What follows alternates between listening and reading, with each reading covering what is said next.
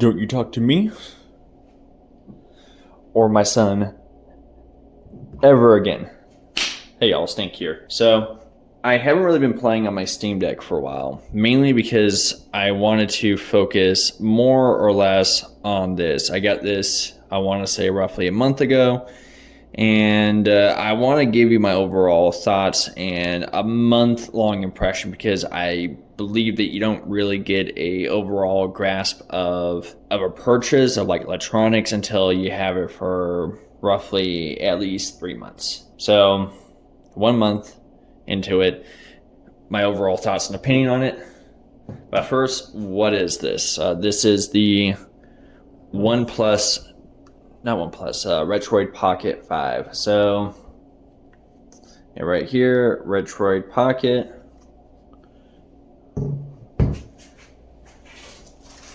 This is the box that it came in. You know, I was just gonna do like a unboxing, but I'm not one for unboxing. But yeah, this is what I ordered. I ordered this black one because the fact that it had an OLED display. You will see it in a minute.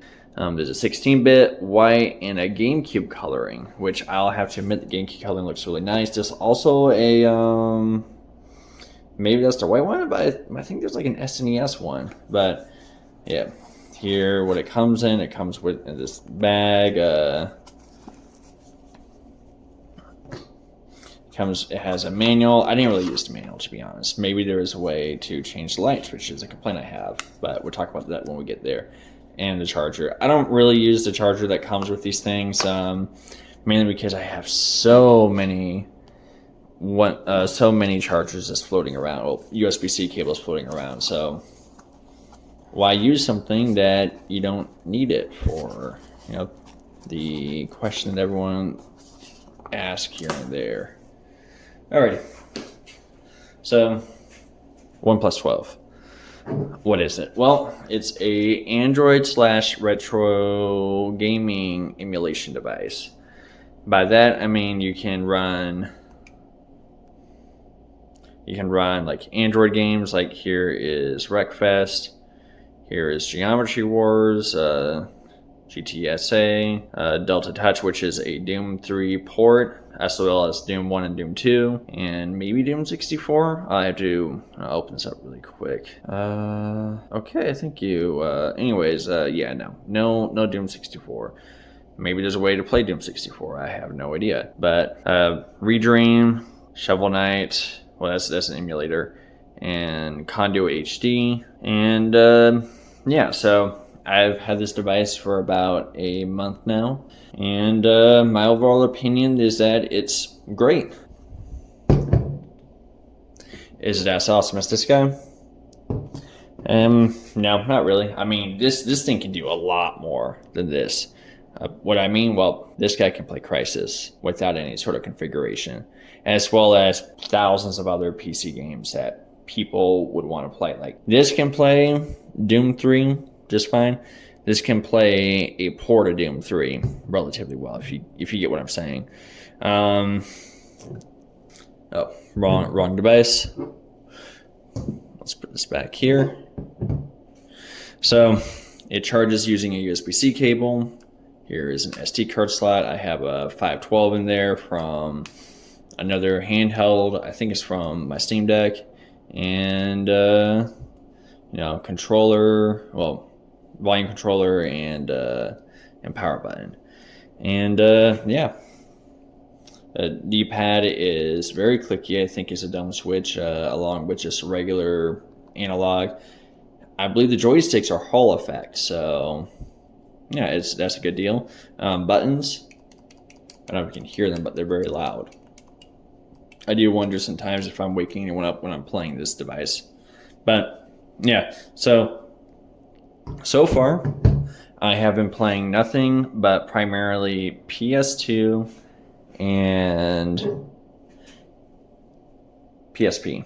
And for those two systems, this thing is really well. This thing works really well for them.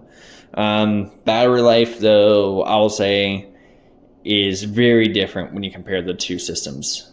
Battery life for PS2 is like 3 hours, so it's like, ooh, And then for PSP, it's like, ooh, like 9 hours minimum, I would say, for battery life.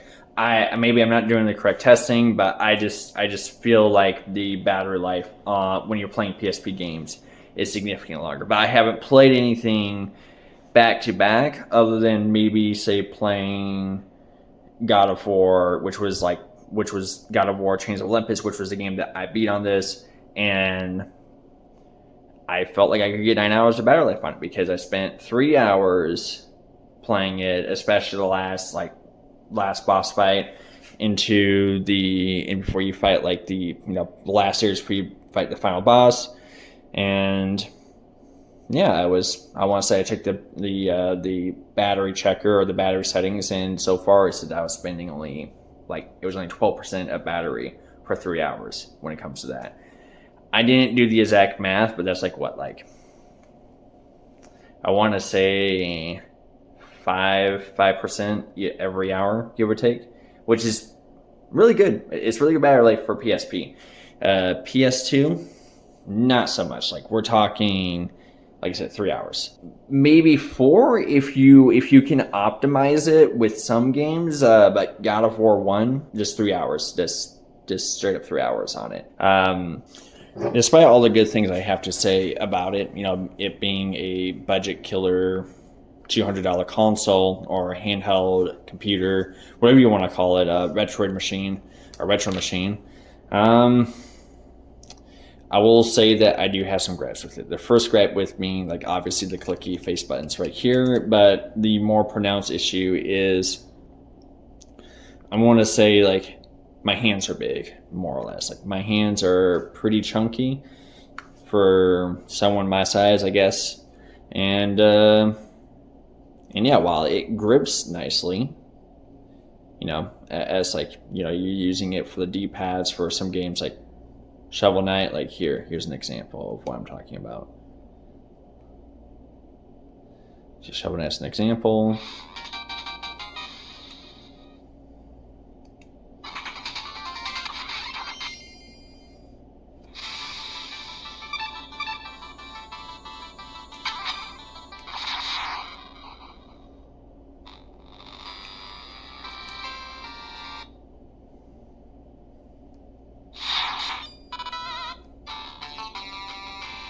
So yeah, when it comes to games like this, absolutely no problem whatsoever. I know people are saying hey, oops, I didn't let me do that. Yeah, I'm not playing the best right now, but people have said, hey, we're my sticks are hitting the face, my fingers are hitting the stick buttons, and it's or the sticks, and it's not really for me. But a very big but, when I am using when I'm using just the joysticks exclusively like this, yeah, we got problems. And more or less the comfort. It's not like the Steam Deck, in which this is super comfortable like this. So is it still D-pad dominant? I heard yeah, for the most part. But still, it's very comfortable like this. I can play for hours like this if I can. There's at most an hour and a half before my hands feel they're cramping and I can't explain it. The other negative I would like to touch up upon too is the joystick light. I don't know if there's any way to change it easily. Here, I'll just lower the brightness a little bit. But take a look. So joystick's on, I have it stuck to red, and as soon as I tap this, they go off, right? Now, I thought you're supposed to hold this down, but nope, doesn't do anything. Here, let me try double tapping. Yep, double tapping. Oh, would you look at that? I double tapped dozens of times before. But here, just for sake, I got it set to purple, I would say. Maybe it's not. It looks like it's pink. Yeah, let's see. Let's see if I could make it pink really quick, just for fun.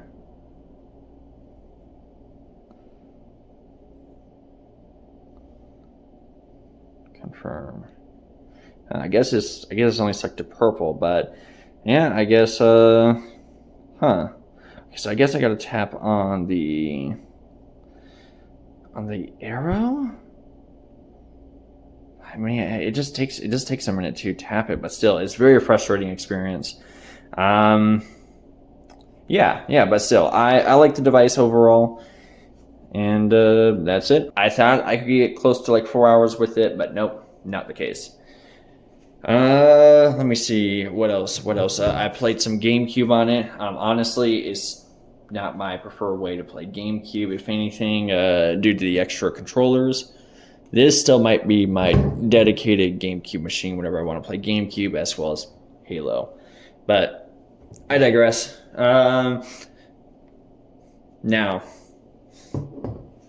which one would I recommend for each use case? For PSP, PS2, GameCube, I just said, oh hey, GameCube's not for me, but I can see it being like GameCube for a lot of people. For the price of $220, give or take. Yeah, this is a really good deal. This is a excellent deal for what you get. Like I said, you get really good battery life when it comes to most retro systems.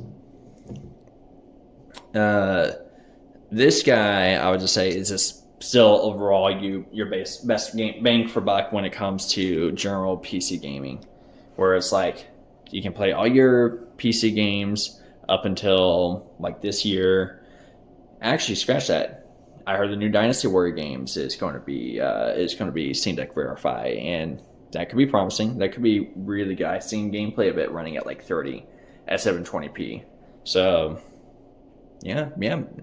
Steam Deck is still kicking. But you got to keep in mind that the price difference between the two is still very pronounced. Like this is $200, $400. And that's just for the regular like LCD version. This is still like $550 for the OLED version. I'll have to check. But yeah, so if you just want like the best overall experience, Steam Deck. If you want to have a smaller, more compact like emulation experience, Retroid Pocket 5. And that's all I have to say about that. By the way, thank you for those that subscribe to the channel. I believe I have 5 subscribers now. And yeah. I still plan on making more videos for the channel, as well as making some, I guess more just basic commentary type stuff. I really want to talk about some of the news that came out at CES, especially with the handhelds that sort of came out. Especially Legion OS. That looks really interesting because we're talking like what? Steam OS version as well as a Windows version. I don't really care about the Windows version, but the Steam OS version, yeah, that's very promising. I'm looking forward to, at the very least, hearing more about that. And if the price is right, which I heard is gonna be $500, then yeah, maybe I'll snag one for the channel and give it like an overall impression, like I did with the Retroid Pocket 5.